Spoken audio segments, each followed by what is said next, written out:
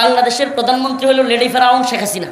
তখন সে মুদির মা মারা যাওয়ার পরে বিশাল বড় এক বাণী পাঠাইছে, আমরা শোকাহত, গভীরভাবে মর্মাহত, তার উভয় জাহানে কল্যাণ কামনা করি। জানতে মনে চায়, হাসিনা কল্যাণ কামনা করলেই আখেরাতে ভালো হোক, ওই জামানায়ও ভালো হোক, ওই জগতেও ভালো হোক বললেই মুদির মা কি জান্নাতে যাইব? বলেন না, জান্নাতে যাইব? তওবা না করে যদি, মুসলমান না হয়ে যদি মারা যায়, কোনো কাফের মুশরিক বেঈমান কাফের কখনো কি জান্নাতে যাবে?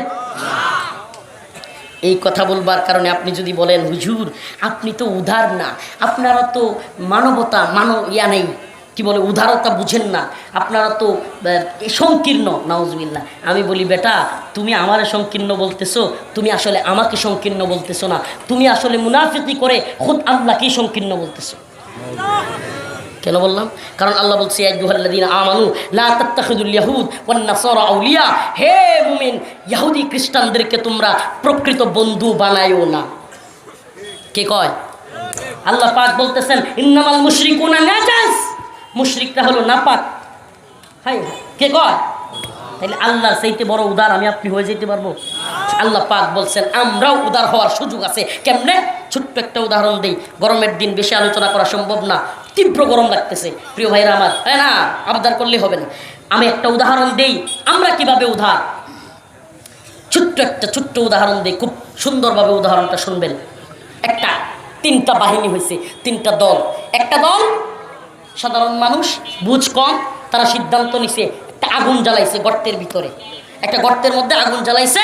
এইবার তারা সিদ্ধান্ত নিছে আমরা এই গর্তের মধ্যে ঝাঁপ দিব। কি করব? আরেক দল উলামায়ে কেরাম চিন্তা করছে, না এদেরকে আগুনে ঝাঁপ দেওয়া থেকে ফিরাইতে হবে। দুই দল।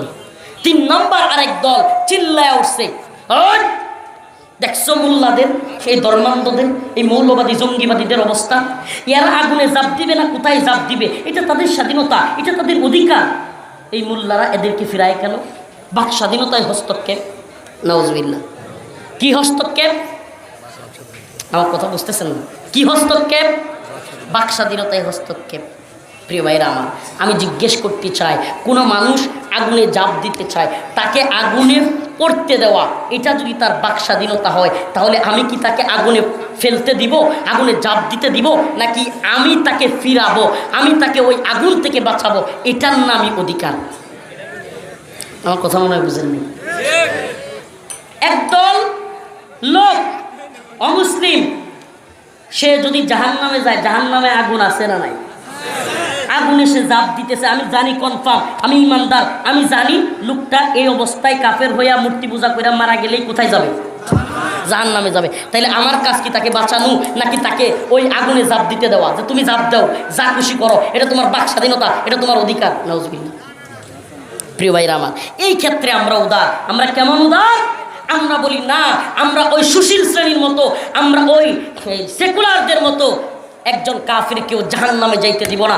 মোদিও যদি, গুজরাটের কসাই নরেন্দ্র মোদিও যদি কালেমা পইরা মুসলমান হইয়া তওবা করে, আর যদি সেও জান্নাতে যায়, আমাদের কোনো আপত্তি নেই। আমার কথা বুঝেন নাই? এই ক্ষেত্রে আমরা উদার। আমরা উদার কিভাবে? উদার কোনো একটা কাফের, আমি ছোটবেলায় পড়াশোনা করছি, আমার ক্লাসমেট সনাতন ধর্মের ছিল, অন্য ধর্মের ছিল, এদের সাথে আমরা কথা বলি, চলি।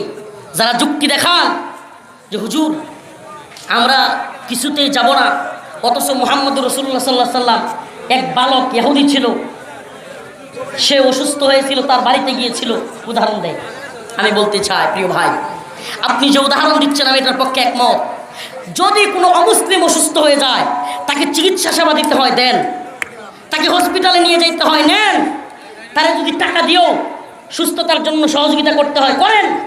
এটা ইসলামে হারাম নয়। আপনি যেই মাসআলা বলেন, যে উদাহরণ দেন আল্লাহ রাসূল সাল্লাল্লাহু আলাইহি ওয়াসাল্লামের, আল্লাহ রাসূল সাল্লাল্লাহু আলাইহি ওয়াসাল্লাম এক ইহুদি বালক, হাদিসের মধ্যে আসছে, ওনার সেবা যত্ন করতেন, খেদমত করতেন। সে অসুস্থ হয়ে গেলে তার বাসায় গিয়েছিলেন। বাসায় যাওয়ার পরে ওই বালককে তিনি বলেছিলেন, হে বালক, তুমি কালেমা পড়ো, মুসলমান হয়ে যাও। ওই ছেলেটা তার বাবার দিকে তাকায় রইল। ওই ছেলের বাবা ছেলেকে বলল, হে ছেলে, তুমি আবুল কাসেম মুহাম্মদের কথা মেনে নাও। সাল্লাল্লাহু আলাইহি ওয়াসাল্লাম। ওই যুবক, ওই ছেলে ইসলাম ধর্ম কবুল করেছিল।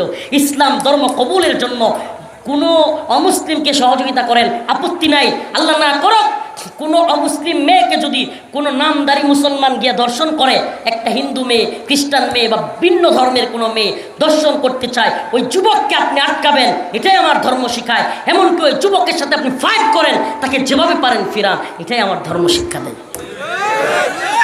প্রয়োজনে আপনি কুলে করে নিয়ে তাকে চিকিৎসার জন্য নিয়ে যান, কিন্তু সাবধান, যেদিন তার পূজা হয় সেই দিন একটু লবণ দিয়েও সহযোগিতা করেন না, ঈমান থাকবে না।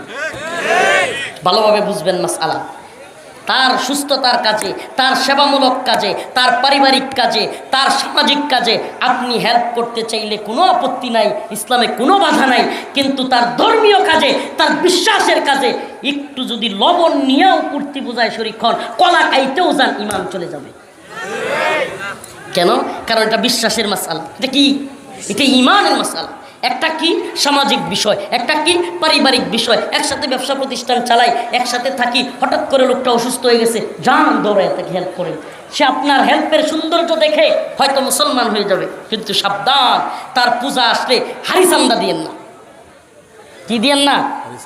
কয় হুজুর হ্যাঁ যদি চান্দা না দেই, দিন শেষে তো আমরাও সভা টভা এটা সেটা করলে তাদের কাছে চান্দা আনেন না, প্রয়োজন আইনেন না। আল্লাহ তাআলা আমাদেরকে বুঝার এবং আমল করার তৌফিক দান করুন। আর হুজুরে বলেন আমিন। মুখতাসার কিছু কথা আবার প্রথম থেকে শুরু করছি। শিরিকের ব্যাপারে আল্লাহ পাক কি বলেন?